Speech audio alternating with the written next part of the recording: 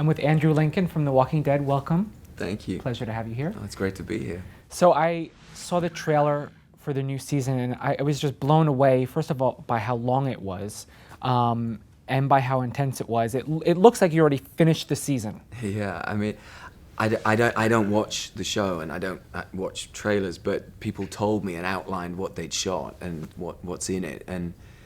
And yeah, they've done a very, very smart thing in giving the tone, the tension, introducing new characters, but actually not really giving too much away plot-wise. And how far into the new season are you, roughly? I'm not allowed to go, roughly is a good word. I'm not allowed to be ever specific at Comic-Con.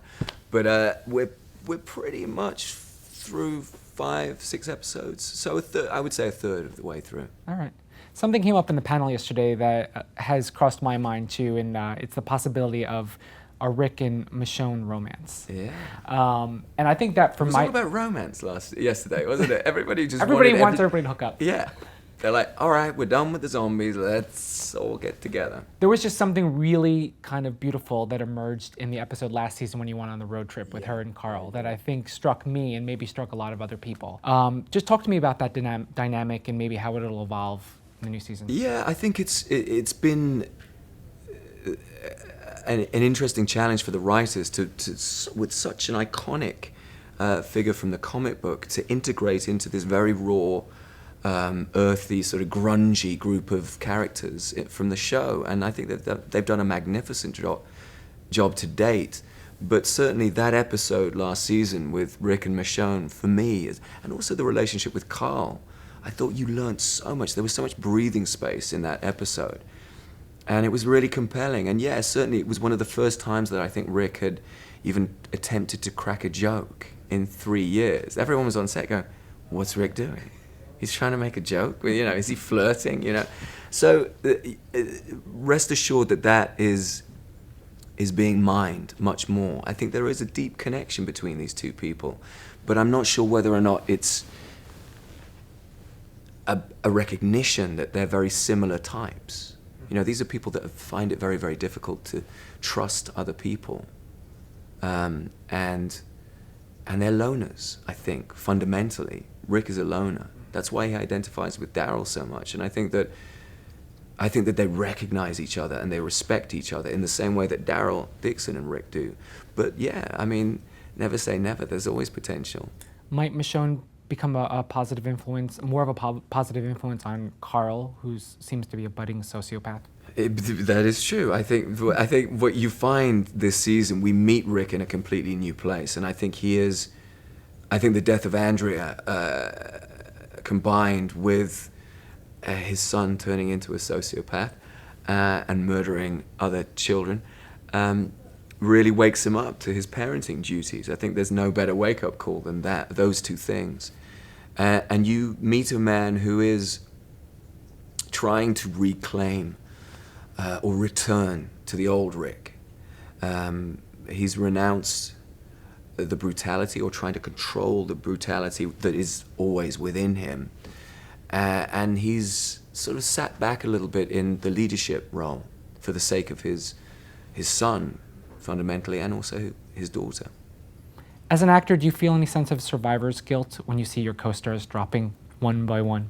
No one is immune from the fear of losing limbs or indeed their lives in this show. There probably will be some invented post-traumatic, abandonment order from this show, because it is the most appalling loss, not only as friends and people that have been through this show for years and suffered in the heat and been bitten by ticks with you, but also you lose the relationship.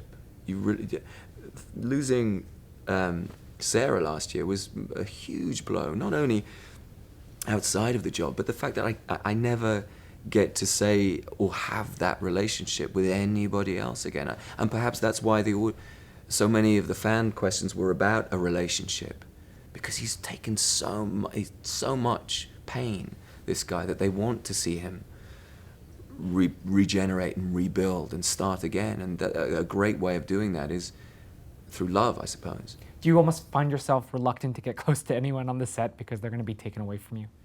You can't help but get close to people on this set. It's just one of those jobs. I mean, I think the nature of the job is the fact that you've got all these characters surviving together, and also we're away from this. We're in the middle of the woods in Atlanta, in the South.